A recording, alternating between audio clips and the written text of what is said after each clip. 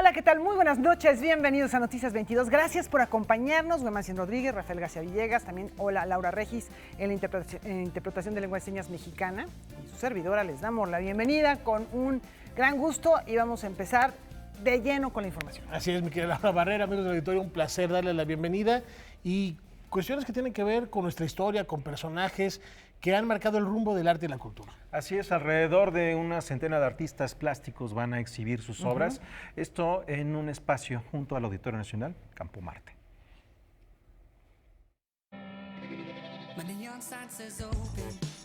Más de 2.700 metros de exhibición forman parte del espacio que ocupará la Feria de Arte Bada MX 2020, a realizarse en Campo Marte. Un encuentro directo entre el público y un centenar de artistas plásticos que exponen personalmente su obra con el propósito de transformar la forma de comprar y vender arte. Bada es una feria de arte donde los artistas venden su obra en forma directa, o sea, no hay intermediarios y la gente puede venir a la feria y conocer al artista, conocer su historia y que sea el mismo artista el que le hable de su obra. Cuando el artista te habla de la obra, esa obra cobra una dimensión absolutamente diferente. Y la gente no solo se lleva una obra, se lleva el alma de esa obra, se lleva a su casa el espíritu de esa obra. El comité de selección de esta primera edición evaluó alrededor de 3.000 aplicaciones provenientes principalmente de México, Argentina, Chile, Panamá, Colombia y Estados Unidos. Obras en técnicas como pintura, escultura, instalación, fotografía, dibujo y gráfica. Creemos que México lo necesitan los artistas porque hay muchísimo talento en México que no están siempre en los circuitos de galería y ellos deben de saber representar su obra, hablar de su obra, venderla, saber cobrar, es muy importante para el artista y Bada les da asesoría para que ellos tengan todas estas tablas. El encuentro no solo busca atraer a los compradores expertos y coleccionistas, sino a todo tipo de público que desea adquirir una obra de arte original. Hoy la gente puede ir a Bada a encontrarse directamente con el artista y también, por supuesto, a comprar arte a precios muchísimo más accesibles al no haber intermediarios. Y nosotros además le pedimos a todos nuestros artistas, porque queremos que el arte sea accesible para mucha más gente, todos tienen que tener, además de sus obras grandes, con los precios que cada uno maneja, que hay artistas que ya tienen gran trayectoria, también hay artistas emergentes, todos tienen que tener por lo menos 10 obras a un precio de 2.000 pesos. Además, se rendirá homenaje al pintor Rafael Cauduro, uno de los principales representantes de la plástica mexicana contemporánea, con una exposición que reunirá una selección de piezas de su colección particular. Bada MX se presentará del 6 al 9 de febrero en el Campo Marte, en el marco de la Semana del Arte en la capital mexicana. Noticias 22, Omar Vera. Bueno, buena propuesta. Por ejemplo, el Hey Festival, que ustedes conocen muy bien y que seguramente nuestro público, la idea es esa, el encuentro con el autor, la posibilidad de una charla con él, a lo mejor en el café, de junto, encontrárselo en la calle, por eso siempre se eligen sitios que sean, que tengan las dimensiones humanas que lo permitan. Este festival que le ha ido muy bien allá en Argentina, tiene esa idea, que la gente pueda sentarse un ratito a platicar con el artista. Por eso todos los artistas que participan están ahí presentes. Eso es muy interesante. Pues bueno, permite otro tipo de intercambio, permite una aproximación distinta y creo que la parte más importante es que la actividad artística, la actividad cultural es lo que llamamos humanidades, y las humanidades es plantarse frente a otra persona.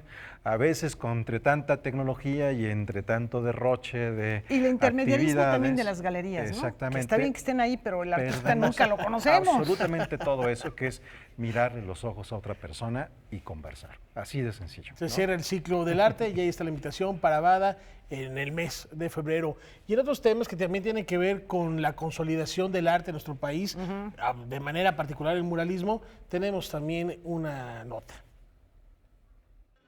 Con motivo del 46 aniversario luctuoso, la Secretaría de Cultura, a través del Instituto de Bellas Artes y Literatura, le rindió un homenaje al artista David Alfaro Siqueiros en la Rotonda de las Personas Ilustres del Panteón Civil de Dolores. David Alfaro Siqueiros es un artista muy importante, es un personaje histórico con muchas aportaciones, no solo en el campo del arte, sino también en la relación entre arte y compromiso social, ¿no? Lo cual hoy día es un valor importantísimo que tenemos que rescatar y encontrar nuevas maneras para actualizar el legado de Siqueiros. Durante la ceremonia, la directora del IMBAL, Lucina Jiménez, adelantó que durante este año iniciará la restauración de Poliforum como parte de las actividades para difundir y rescatar la obra del artista mexicano. Vamos a caminar muy de la mano con el señor Suárez, lo hemos venido haciendo y estamos ya a un paso de encontrar salidas muy puntuales para poder tener el Poliforum Cultural Siqueiros en las condiciones que merece, porque eso es parte de la obra monumental que fue hecha y cuya técnica, por fortuna, Siqueiros le dio perspectiva de futuro. La hizo resistente al tiempo y al paso de los hombres y de las mujeres. Entre las obras que se recuperarán se encuentran obras de Caballete y 2 murales que se encuentran en el edificio de Rectoría de la UNAM.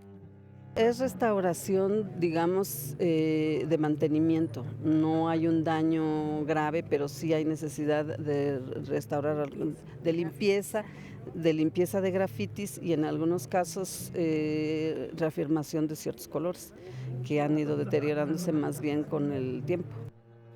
En el mes de marzo comenzarán a publicarse, en varios formatos, los textos en los que Siqueiros reflexionó sobre la formación artística, las técnicas y el arte como espacio público. Pero vamos a empezar a generar también nuevos materiales y nuevas publicaciones para difundir sus manifiestos políticos y para difundir todos los planteamientos que él hacía en la versión crítica que tenía de la educación artística. Y es desde ahí donde queremos asumir a Siqueiros. Con información y texto de Óscar Cortés, Noticias 22. Y a 25 años de su inauguración en México, una editorial que la verdad ha estado haciendo historia en nuestro país por el tipo de publicaciones, tiene un aniversario. Rafa. Son 25 años de Editorial SM, pero lo interesante es ver qué pasa con un aniversario, ¿no? ¿Y qué proyectos tiene para este año? La editorial SM cumple 25 años en México y lo celebra con la 13ª edición del Seminario Internacional de Educación Integral, organizado a través de la Fundación SM. Creo que el reto en México y en América Latina en general, y que es a lo que nosotros nos ocupa y a quienes están en el mundo educativo, es pasar de una cobertura amplia a una mejora en la calidad educativa. Nosotros estamos convencidos desde SM y desde Fundación que la educación y la cultura es el mejor medio para generación de oportunidades para sociedades más igualitarias y más equitativas. El 26 y 27 de marzo en la Ciudad de México se darán cita prestigiosos especialistas de la educación en el ámbito mundial. El peruano Francisco Siriquey abordará el tema del aprendizaje cooperativo. Los logros en una escuela pública de alta marginación, violencia, pobreza y diversidad étnica alcanzados en Londres serán compartidos por Andrea Zafiracu. El aspecto emocional en la escuela será presentado por la mexicana Yvonne Klein y el español Guillermo Cánovas abordará la salud ante las nuevas plataformas digitales. Todo ello entre otros temas. La educación es la herramienta poderosa que permite incidir en la transformación de las sociedades y un proyecto de nación tiene que apostarle a un proyecto educativo fuerte, sólido, porque es ahí en donde se van a formar los ciudadanos del mañana. Por supuesto que es en la escuela en donde deben hacer sinergia todos los sectores. O sea, la escuela sigue siendo el espacio de contención. Por supuesto, la familia es el pilar número 1 de construcción de una persona y de un ser humano. Pero estamos, lo comentas, con un tejido social roto. Además de este seminario en marzo, la Fundación SM lleva a cabo una versión continua de este, que se extenderá por la Ciudad de México, Guadalajara, León, Mérida, Monterrey y Puebla, en varias fechas de 2020. También organizamos lo que llamamos el seminario continuo, es decir, nosotros no nos quedamos con el evento magno presencial una vez por año para más de 1000 personas, sino que también hacemos eventos monográficos de un conferencista de menos tiempo, y no solo en la Ciudad de México, como originariamente lo hicimos, sino que va itinerando en distintas ciudades del país. La importancia de la educación transversal a todos los sectores sociales es algo que destaca la directora de la Fundación SM, y a lo cual hay que sumar una revaloración del papel de la escuela y del maestro.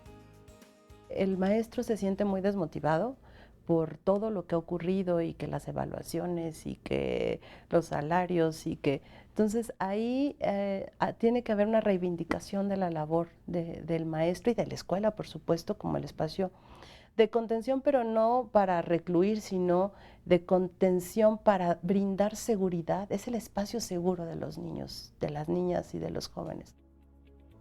Para celebrar los 25 años de la editorial SM en México, el 25 de enero se llevará a cabo una promoción con el 50% de descuento en la inscripción al 13º Seminario Internacional de Educación Integral. Las fechas, lugares y programa están disponibles en el sitio electrónico www.seminariointernacional.com.mx. Noticias 22, Víctor Gaspar. Bueno, pues hay temas que tienen que ver con la educación y tenemos un comunicado a continuación. Así es, tiene que ver con una información que viene desde Alemania, se dio a conocer en la Secretaría de Cultura y la Secretaría de Relaciones Exteriores. Lo siguiente, se recuperaron piezas arqueológicas pertenecientes a 3 culturas mesoamericanas que datan de distintos periodos prehispánicos. Esto es gracias a la gestión de la embajada en Alemania y diversos estudios del Instituto Nacional de Antropología e Historia. Las piezas fueron entregadas voluntariamente, por lo que no fue necesario entablar ningún tipo de acción jurídica como la que sí se está solicitando para el caso de Francia, en París, que se pretende volver a hacer una subasta de piezas prehispánicas. Ya se hizo una suerte de inventario de una primera revisión, no todas son originales, pero hay por lo menos 5 que sí lo son, y Francia se niega a hacer lo que hizo Alemania en esta ocasión, de regresarlas a sus legítimos dueños. Y bueno, lo que se argumenta por parte de ellos es que, de acuerdo con la ley de ese país, es posible comerciar con ese tipo de piezas, así que no se está infringiendo ninguna legislación. A lo que apela el gobierno mexicano son acuerdos internacionales, y por ahí es por donde está el asunto caminando. Pero bueno, es difícil, ¿no? Desde Napoleón lo hacen, si no es que desde antes. Pues lo bueno es que Alemania está poniendo un ejemplo muy importante, gracias, insistimos, a los esfuerzos de la Secretaría de Relaciones Exteriores y la Secretaría de Cultura. Y bueno, hace tiempo también Italia. Italia también hizo. Que regresó los exvotos. Pues con esto nos vamos a una brevísima pausa. Brevísima pausa.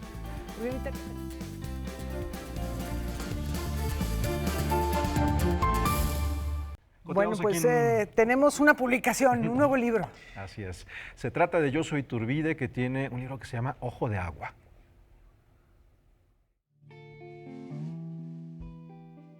Que aparezca un turista asesinado en el temazcal de un hotel de lujo en Mérida es suficientemente grave, pero que el occiso sea uno de los hombres más ricos del mundo, eso sí es noticia. Y no será un caso aislado.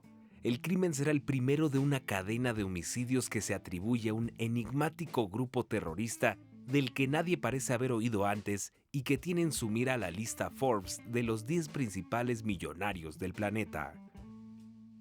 Imagínate los millonarios de estos millonarios, que son tan millonarios, que ellos no tienen contacto con la realidad. O sea, el mundo para ellos es de ellos. O sea, el mundo es su realidad, y tienen toda la seguridad y toda la salud y todo. Entonces, que ellos sean la víctima, ellos, los intocables. Eso es lo que era el chiste de la novela. Entonces, era jugar a eso. Pues no sé, no conozco ninguna otra novela que hable de eso, ¿no? O sea, de un asesino serial de millonarios, ¿no? Digamos, ¿no? O algo así, ¿no?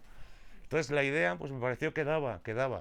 Y como la idea lo daba, no tuve que cargar las tintas en explicar nada, sino que al irlo leyendo vas hacia donde quiero que vayas, yo pienso.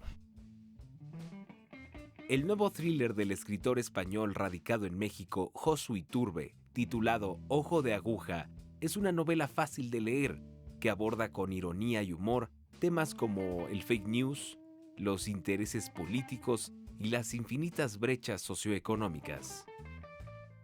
como que trato de hacer cómplice al lector, un lector hipotético, no sé cómo es, pero como que le hago guiños, ¿no? Y le meto cositas para que diga, ay, como que él sienta que él entendió algo más que otro, cualquiera, ¿no? Ese tipo de cosas, ¿no? Eso es esa complicidad con el lector, porque uno escribe para que lo lean, la verdad, o sea, sí. No para que lo quieran, como decía García Márquez, para que lo lean. Yo me conformo con que me lean, ya que me quieran o no, eso ya es otra cosa. Que quieran comprar el siguiente, eso sí. Tener cada nuevo libro 500, 1000 lectores nuevos, o sea, que dicen, ay, le voy a seguir a este individuo, ¿no? Mientras investiga el caso, el detective Salvador Xiu, también protagonista de la anterior novela de Josu Iturbe, comienza a recibir una serie de correos electrónicos firmados por su hermano Marcelo, quien fuera asesinado 6 años antes.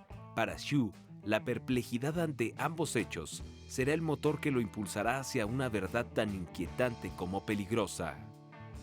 El cierre de la historia del hermano, que se va haciendo cada vez más fantástica, ¿no? O sea, en la medida en que entramos en el realismo del caso y de la aproximación a la realidad de cómo funciona el mundo, el relato del hermano es cada vez más fantástico y más increíble. Pero al final todo cuadra, y lo que era increíble era verdad, y lo que creían que era no era, era otra cosa. Ojo de Aguja se encuentra publicado bajo Editorial Océano. Con información y texto de Omar Vera, Noticias 22.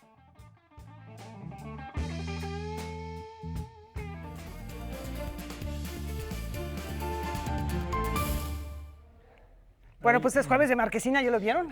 Ya nos tocó ver Globos de Oro, ya conocemos a los nominados a los BAFTA, que se entregan el 2 de febrero, y una semana después, el 9 de febrero, los premios Oscar. Que nos guste o no, o les guste no a muchos, es la ceremonia más esperada con respecto al séptimo arte internacional, independientemente si es distinto a lo que programa Cannes, independientemente si es distinto a lo que programa Berlín. Bueno, es la de más rating, ¿no? Tiene rating. La más espectacular en muchos sentidos, ¿no? ¿Acompañas a Julio? Pues sí, ya después de No lo que nada. dije hace rato, pues va. Para que nos platiquen Buemansin y Julio quiénes son los nominados y por supuesto también hagan su quiniela esta noche, señores. Julio, bienvenido. Pues muy buenas noches, ya estamos aquí justo para hablar de los premios Oscar, se anunciaron este lunes, y vamos a empezar con una película que es súper interesante. Justo el jueves pasado no vine, porque me la fui a ver, tenía que saber, así es. Digo, perdónenme, pero tenía que ver Les 1917 contamos rápidamente dijo, 1900. no me quedo el jueves, les dejo las notas porque quiero ver de qué va 1917. Porque causó sensación en el sentido de que gana los Globos de Oro y además pues ya se ha convertido en la gran favorita, ¿no? De Sam Mendes, ganó también como mejor director, teniendo ahí a Martin Scorsese también compitiendo, entonces necesitaba urgentemente saber de qué se trataba 1917. Se estrena este fin de semana, obviamente no se la pierden. Yo la vi en IMAX, la recomiendo bastante en IMAX. Es una historia muy sencilla en realidad. Son 2 soldados que les tienen la encomienda de atravesar el frente alemán, están defendiendo el frente francés. Tienen Primera Guerra Mundial, ¿no? Primera Guerra Mundial, 1917. Me recordó mucho esta película de Peter Jackson que se llama No llegarán. Haciendo todas estas variantes, ¿no? Sí, a mí me parece muy interesante justamente de esta película del huésped, que justo cuando la historia se va al clímax, a la parte del sótano, de los personajes para contar parásito. demasiado, de los parásitos, la atmósfera se torna verde, ¿no? Como lo hacía justo en el huésped. Así y entonces te das cuenta de estos guiños que hace a sus otras películas el director. A su mano, ¿no? A sus ya cánones que él mismo se ha colocado, el lenguaje, ¿no? que ya ha ido haciendo, como justamente El Irlandés, ¿no? Una película que es la gran apuesta de Netflix. El año pasado esta película de Roma pues llegó arrasando con Netflix como punta de lanza. Y bueno, ahora Netflix tiene 3 producciones ahí en la competencia, ¿no? Así tiene es. El Irlandés. Roma era únicamente para poner condiciones frente a la academia. Sí, ahora la academia está un poco oponiendo resistencia, pero también tiene Historia de un matrimonio y también tiene Los dos papas, ¿no? Entre estas 3 películas tiene Netflix 19 nominaciones, ¿no? No es poca cosa. Entonces, pero bueno, hablando del Irlandés, es una película producida o en la producción está también un mexicano, que es Gastón Pavlovich. Nadie se quería aventar a hacer esta película, llegan con este proyecto, él lo agarra y de pronto se encuentra con todos estos personajes, Martin Scorsese, Robert De Niro, ¿no? Rodrigo Prieto, Joe Pesci, ¿no? y Al Pacino, que también está nominado. Le quedaron a deber la nominación a Robert De Niro. Esta película que se estrena en nuestro país en el Festival Internacional de Cine de Los Cabos, que dura poquito más de 3 horas, que pudo ser una miniserie, pero que por caprichos del director hicieron una película y que ahora pues tiene 10 nominaciones también, ¿no? Tiene mejor película, mejor director, mejor coactuación masculina, tiene 2 en esa categoría, vestuario, producción, Bueno, edición, si Los Vengadores guión de Star adaptado. Wars duran tanto, pues ¿por qué no Sí. una película de Scorsese? Cuesta más de 200 millones Sí, de dólares, sí, ¿no? Le sí. invirtió duro. Hay que decirlo que Netflix tiene todo el dinero para hacer todas las películas que quiera, ¿no? Bueno, Julio, tú diste una nota aquí en Noticias 22 el año pasado. El presupuesto que tiene Netflix para Latinoamérica este año es algo que no tienen los estudios de Hollywood. ¿no? Hace un año era de 15 billones de Ujú. dólares, ¿no? Así es. Y entonces se puede dar el lujo de producir estas cosas, de producir Historia de un matrimonio, de producir Los Dos Papas, que también tiene... Los Dos Papas tiene 3 nominaciones, ¿no? Ujú. Pero ahí tiene mejor actor, mejor coactuación y mejor guión original, ¿no? Y digamos que es otra de las historias que pues va a dar mucho de qué hablar. Yo creo que no va a ganar tantos reconocimientos, pero pues es una de las que va a estar ahí, ¿no? No Y siempre a Scorsese lo han tratado bien en los Oscar también, ¿no? es muy probable que no le den el Oscar a Mejor Director, ¿no? Así es. Pero así tenemos es. una película que también ha causado sensación. A ver, que ¿cuál es? El Guasón, Joker. El ¿no? Joker, híjole. El Joker con Joaquín Phoenix, que pues seguramente se llevará al Oscar. Lo hace estupendamente. Lleva unos años haciendo unas películas, ¿no? Seguramente las que muchos conocerán, que también eso es lo que ofrece un poco, digamos, estas nuevas plataformas digitales, la posibilidad de ver películas que están en las principales entregas de premios al alcance de un botón, ¿no? Ujú. Que es una forma de hacerle la guerra también a las distribuidoras. ¿Por qué?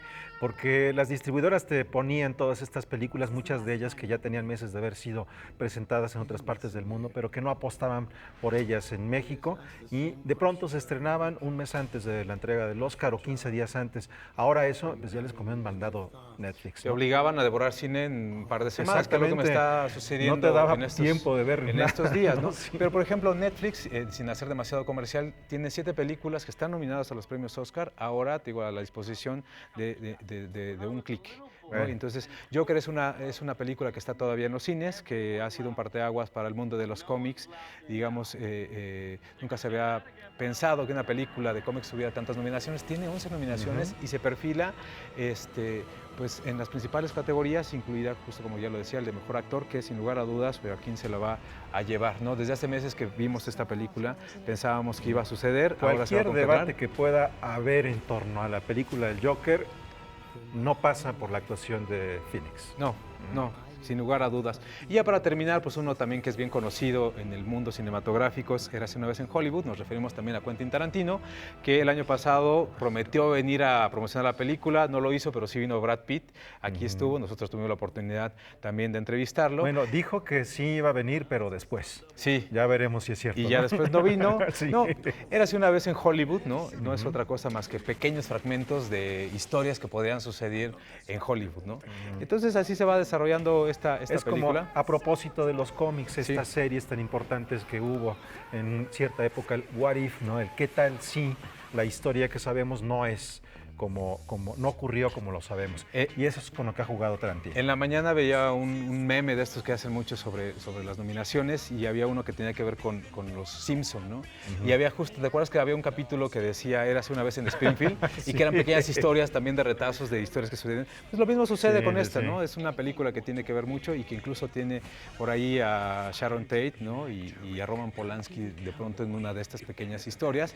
Y a Charles Manson, ¿no? Con Y a- Charles Manson, con un final diferente al que todos conocemos que Y a sucedió. Bruce Lee, que acabamos de ver hace un momento. Y a Bruce que la Lee, que familia, tiene, los se quejó. herederos de Bruce Lee no les gustó mucho cómo fue reflejado.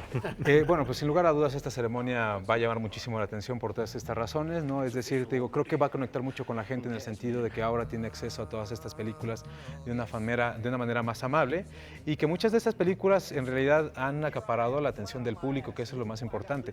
Dentro de la próxima semana también se estrena Jojo Rabbit, ¿no? Que es una película que tiene que ver con la Segunda Guerra Mundial de una manera muy jocosa, que se estrenó en el Festival Internacional de Cine de Los Cabos. También con Scarlett Johansson, ¿no? Ajá, y que tiene ahí una vestuarista mexicana entre los nominados. Galo Olivares es otro de los que están nominados, que también es un cinefotógrafo por un cortometraje.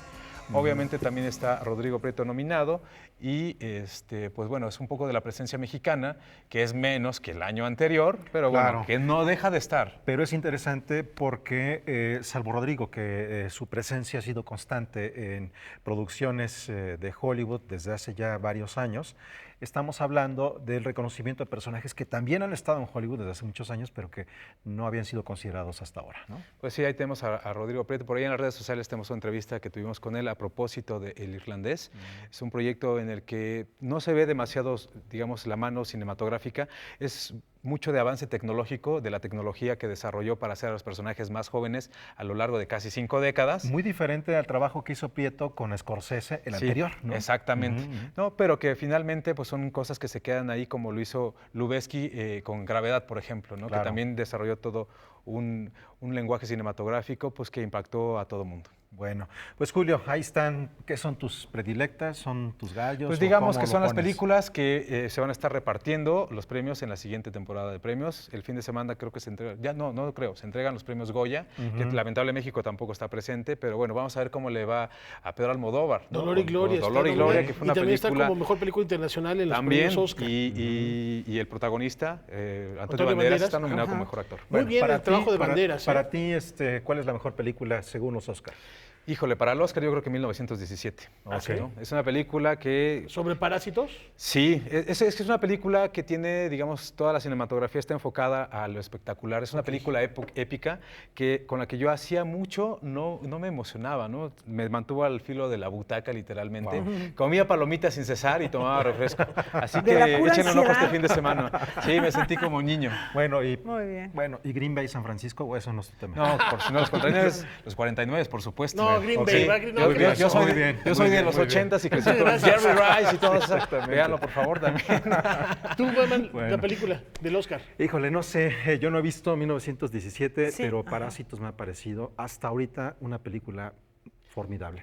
Sí, son diferentes, pero las dos están ahí. De lo que he visto recientemente, Parásitos y El Faro, me parece... El Faro es extraordinario. El Faro solo le dieron una nominación a Mejor Fotografía, por ejemplo. Porque el resto de las nominadas fuertes, a mí personalmente, que las vi, no me parecen películas tan sobresalientes.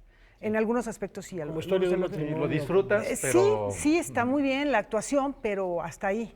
Scarlett Johansson tiene 2 nominaciones haciendo historia. Extraordinaria desde el punto de vista actoral, pero como un trabajo completo, no creo que sea como para figurar de esa manera en los Oscars. Ya veremos. Bueno, muchas gracias, Julio, tenemos rápidamente la recomendación de My French Film Festival. Sí. Rapidísimo, porque es una plataforma súper interesante. Es el primer festival de cine francés que son 31 películas del 16 de enero al 16 de febrero, gratuitas, se ve en línea, o sea, ni siquiera tienen que trasladarse. Ahí tenemos el cartel.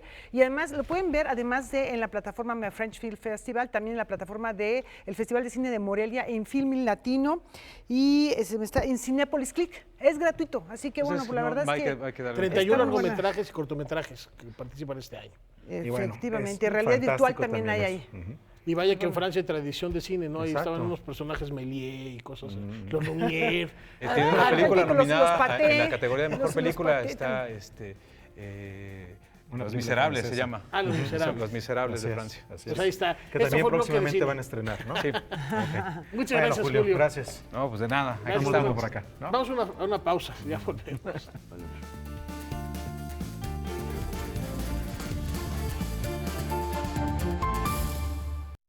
La Universidad Nacional Autónoma de México va a ser una de las primeras sedes para la presentación de Rituales de Tinta. Es un compendio de obras escritas por 11 creadoras. 3 años le tomó a Tepalcates Producciones conseguir editorial que se animara a publicar Rituales de Tinta, antología de dramaturgas mexicanas. Al final, fue Paso de Gato quien tomó esta investigación y ahora pone en nuestras manos esta obra de 11 creadoras. Pero estas 11 son precisamente dramaturgas que están montando sus obras, que en general son docentes de teatro, que dan clases, ¿no? Son algunas investigadoras. Entonces, esto me pareció muy bien, y cuando hablé con Chabó, me dijo, esta antología es muy importante porque hace 15 años que no salía una antología de mujeres de teatro. Verónica Bujeiro, Jimena Escalante, Virginia Hernández, María Luisa Medina, Verónica Musalem, Elena Guiochins y Artemisa Telles son algunas de las autoras reunidas en esta publicación. La obra de Verónica Musalem también es una cosa diferente, porque ahora ella está como experimentando mucho, ¿sí? O sea, experimenta mucho. Hay cosas que al público no le acaban de convencer, ¿no? Por tanta experimentación, pero bueno, ahí está, ahí está. Jimena Escalante también. Esta obra es otra cosa totalmente diferente, porque estas obras que escribía Jimena sobre diferentes mujeres, esta es una obra que trata de este asunto de las constelaciones. Los temas que abordan son variados. Van desde la historia de una torera, una madre que busca a su hija perdida y que intenta reconstruir su vida, y la vida de una familia que es narrada por un gato. Verónica, yo y no me acuerdo quién nos ocupamos de temas sociales. Algunas nos ocupamos de temas, además de que sean sociales, sobre la mujer en concreto. No somos muchas tampoco, no te creas. Y otras que tocan los temas más variados, ¿no? Más variados así. Una de las dramaturgas, Roselena Ríos, una historia que tiene que ver con el hurto de perros, me parece que es la historia. Y luego también me interesaba que hubiera como diferentes géneros, que no todas fueran como del mismo género. Y no, sí se dio. Hay comedia, hay pieza, hay cosas de lo real maravilloso, hay cuestiones modernas. Gabriela Inclán y el equipo de Tepalcates Producciones esperan conseguir los recursos para publicar otra antología de mujeres del 19 y 20. Por lo pronto, Rituales de Tinta, antología de dramaturgas mexicanas, será presentada en la UNAM, la SOGEM y en marzo en el Palacio de Bellas Artes en el marco de un encuentro de dramaturgas. Noticias 22, Alberto Aranda.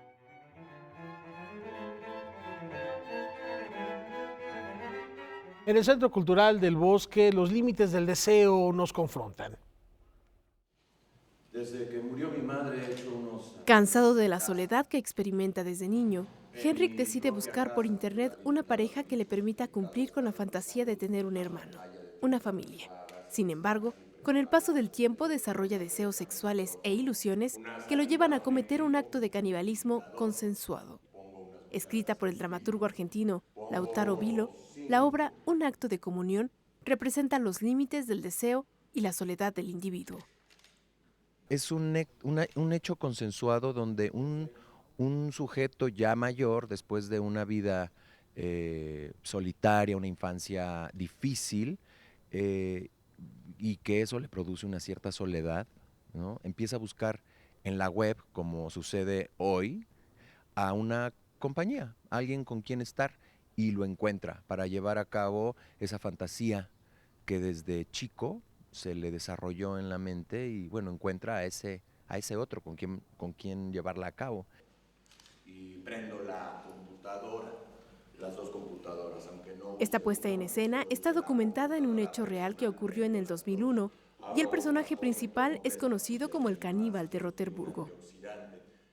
Acto de comunión, pues lo que presenta es eso, es un acto que pueda parecernos normal o no, adecuado o no, moral o no.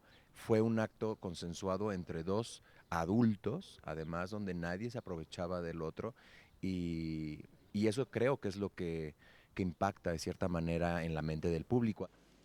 Es un monólogo interpretado por Antón Araiza en donde se confrontan las normas sociales, así como los límites del deseo y la fantasía humana.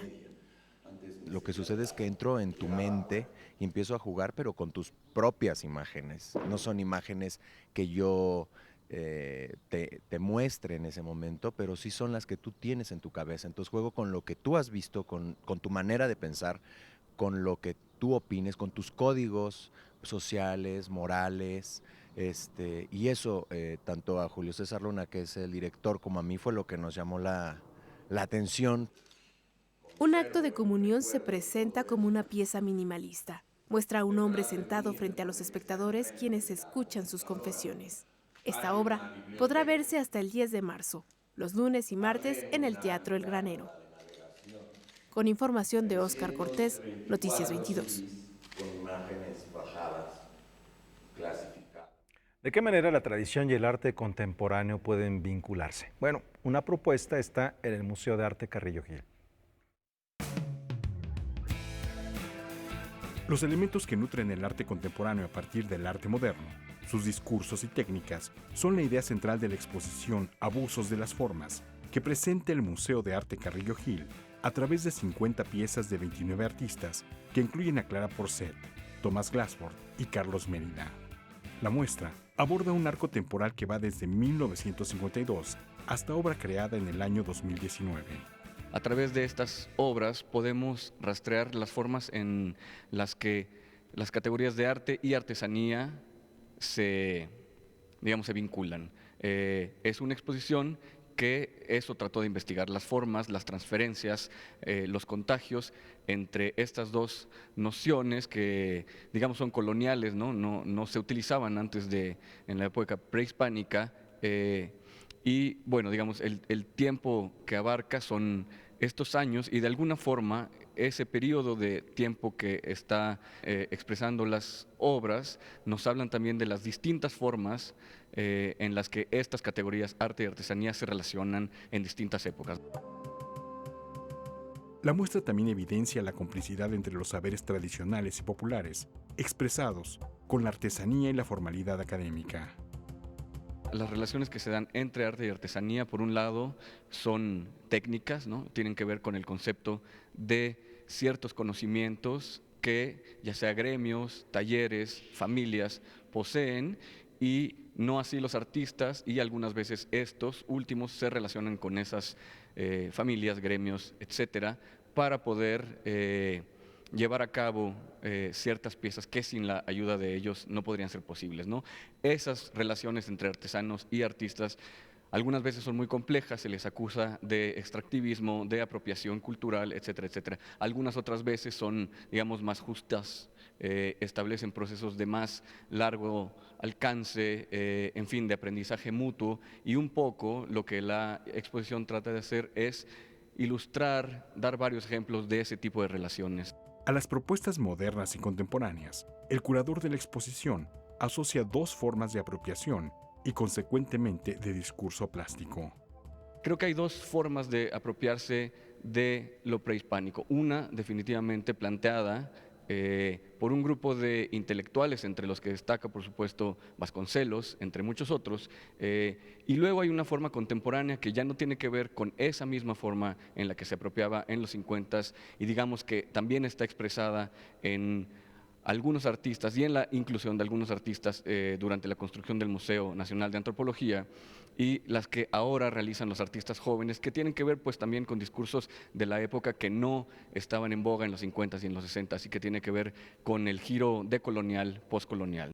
Abusos de las Formas permanecerá abierta en el Museo de Arte Carrillo Gil hasta el 3 de mayo. Noticias 22, Víctor Gaspar. Bueno, una noticia que realmente tampoco es de sorprenderse tanto. La polémica pintura La Revolución de Fabián Chaires fue adquirida por el coleccionista español Tatso, espero estar pronunciando correctamente, Bennett. Van a recordar ustedes seguramente que hubo manifestaciones a las afueras del Palacio de Bellas Artes, se armó ahí un problema bastante serio por esta representación que muchos consideraron, o algunos, una parte consideró ofensiva.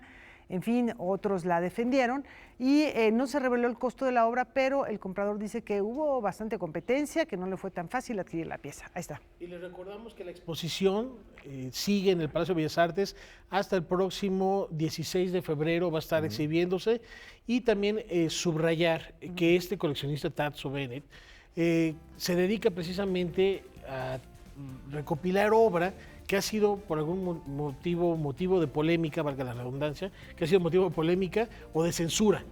Entonces piensa próximamente abrir una exposición con todos estos objetos que ha recolectado a lo largo de su vida, que han sido en algún momento censurados, criticados o señalados por transgreder el orden público. Oye, pero le ganaron el plátano se lo comieron, ese ya lo llevó. En Art Basel se lo ganaron. Por eso no le alcanzó. No lo habían censurado no todavía. Le alcanzó. No, pero la polémica de Mauricio Catena, ¿no? Pero bueno, pues ya no le alcanzó a lo mejor el presupuesto, ¿no? Ya no, prefirió comprar Zapata.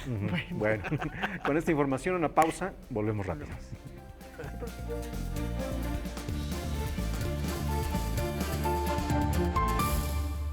Fritz Glockner nos platica sobre su libro Los años heridos, aquellos que determinaron su vocación como historiador. A Fritz Glockner, la historia se le metió a la casa.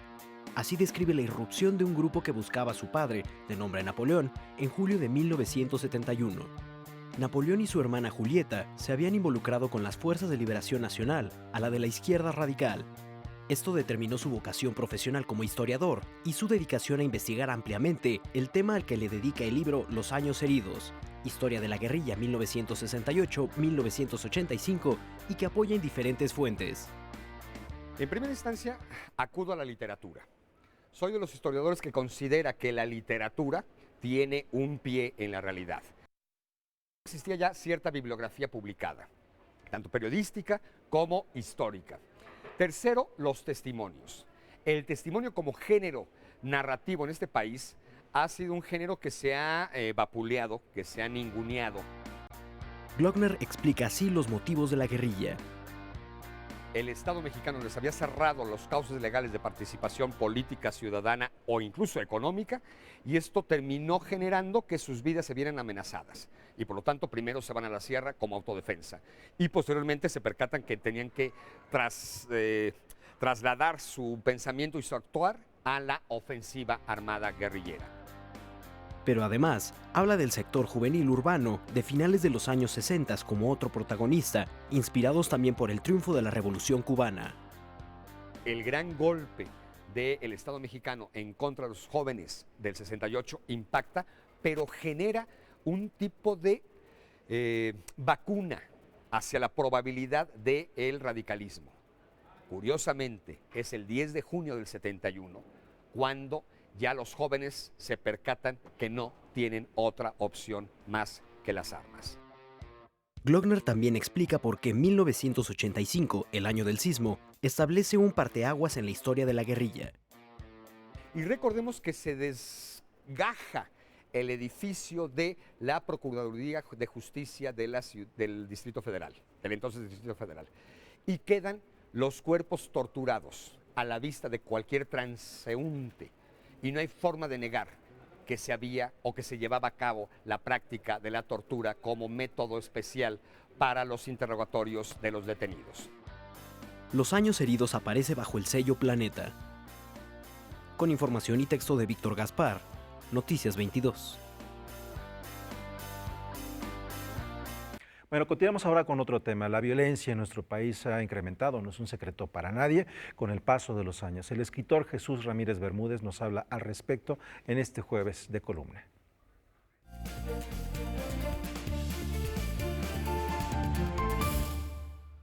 Muy buenas noches. En esta ocasión quiero referirme a un lamentable suceso que ocurrió recientemente en Torreón, en el cual, como todos sabemos, un niño de 11 años cometió una serie de disparos y desafortunadamente le costó la vida a otras personas, incluyendo a él mismo. Un hecho terrible que nos pone a pensar en cuáles son los orígenes de la violencia en nuestro país y qué es lo que nos puede decir la ciencia al respecto. Se generan muchos debates con respecto a si las causas de la violencia son biológicas. Hay estudios de neurociencias que estudian el cerebro, por ejemplo, la mente criminal, cuáles son las áreas cerebrales que están relacionadas con la violencia. Pero por otra parte sabemos que hay variables sociológicas muy importantes que intervienen en esto. Entonces, una manera de medir el peso que tiene cada situación, la parte genética, biológica y por otra parte la parte social, tiene que ver con la epidemiología de la violencia. Si nosotros medimos, por ejemplo, comparamos en el mundo la tasa de homicidio, es decir, el número de homicidios que ocurren en un año por cada 100,000 habitantes, entonces podríamos decir que en España esa cifra se encuentra por abajo de un homicidio por 100,000 habitantes en un año. En Australia más o menos tenemos un homicidio por cada 100,000 habitantes en un año. Lo mismo en países como Japón, por ejemplo. Sin embargo, en América Latina tenemos cifras altísimas. Por ejemplo, en países como Venezuela está por arriba de 50, en países como Brasil está cerca de 30, en Colombia estaba por 30, ya bajado un poquito, alrededor de 25, Y en otras partes de Centroamérica son cifras muy altas también. El Salvador por arriba de 100, Guatemala alrededor de 60, al igual que Honduras, que son cifras altísimas. En México, en el año 2000, había más o menos 10 homicidios por cada 100,000 habitantes en un año. Al año 2010 ya se había duplicado esta cifra y actualmente andamos cerca de 25 homicidios por 100,000 habitantes. Entonces, evidentemente la biología de los mexicanos no ha cambiado. Lo que ha cambiado son las condiciones sociales y culturales.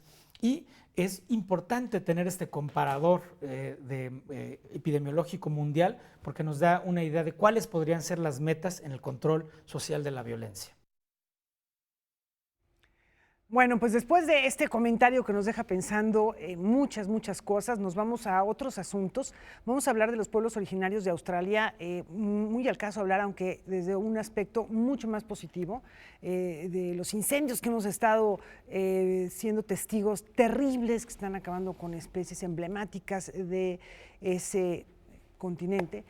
Ahora vamos a ver otra cosa, algo que presenta el Museo Nacional de las Culturas del Mundo en torno a los pueblos originarios de ese país.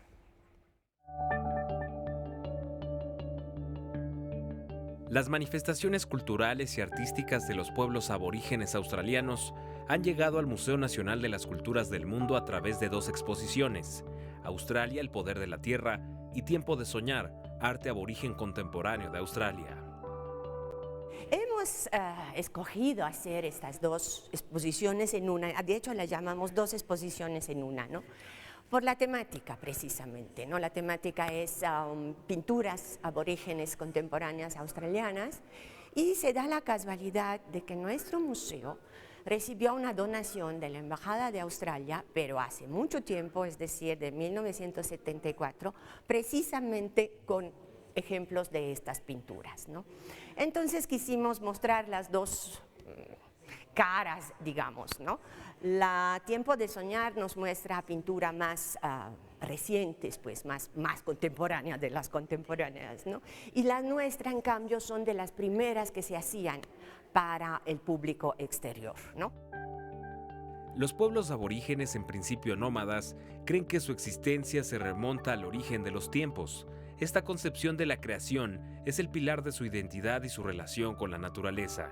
En sus creaciones artísticas se narran historias de resonancias ancestrales. Nos van contando una historia, ¿sí? Una historia sobre su territorio, una historia de cómo ellos hacen parte de ese territorio y lo deben de cuidar y son responsables de ellos. Como habrán podido ver desde el tiempo del ensueño, pues el tiempo mítico cuando se creó realmente el paisaje, ¿no? De la tierra, se va recreando en las ceremonias hasta la actualidad y hasta para el futuro. Decidieron plasmar esos cuentos del tiempo del ensueño sobre algo más sólido, pues no tan efímero, porque antes en el desierto se hacía nada más en la ceremonia y se hacía en la arena, ¿no? Y ya evidentemente eso se cancelaba después de la ceremonia, ¿no? Ese es un poco el origen de estas pinturas, ¿no? Para estos pueblos el arte ha sido una herramienta para transmitir a las nuevas generaciones su conocimiento vital y al mismo tiempo una forma de reclamar lo que es suyo por derecho propio. A lo largo de los siglos, sobre todo a partir del siglo pasado, hay luchas de reivindicación, de soberanía, ¿no? De estos pueblos, de ser reconocidos, ¿no? Porque es su tierra, ¿sí? No al revés volteado, ¿no? Y entonces empezaron, a través de esos dibujos también, de esas pinturas, a declarar su pertenencia y su posesión de la tierra, ¿no? Como para decir, aquí está nuestra huella. Fue en los años 60 del siglo pasado cuando surgió y se consolidó el movimiento de arte contemporáneo aborigen en Australia, con Emily Kame, Clifford Possum y Robert Thomas como principales estandartes. Este es un arte contemporáneo no comparable con el arte contemporáneo occidental, como nosotros entendemos. Si tienen elemento de Occidente, como ahorita pintan sobre lienzos, se habrán dado cuenta como cualquier pintor de todo el mundo.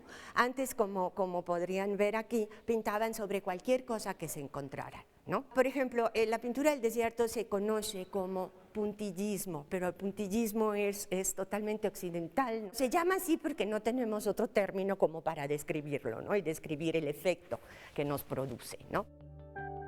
Ambas exposiciones permanecerán hasta febrero en el Museo Nacional de las Culturas del Mundo, ubicado en el número 13 de la calle Moneda, en el Centro Histórico. Para Noticias 22, César H. Meléndez. Pues de no perderse esta exposición. Sí, una gran exposición que hace unos meses estuvo en el Instituto Cultural Cabañas, Centro Cultural Cabañas en Guadalajara, y que qué bueno que está ahorita en la Ciudad de México. A visitar Australia lo más pronto posible. Nos vamos con música, como es costumbre, recordando a 129 años de su partida al gran Leo Delibé, desde las profundidades del océano. Sí. Así es. Lagmey y el dueto. Ese Dueto es de un las flores, qué duetazo, belleza, sí. de los más hermosos. Bueno, hasta mañana.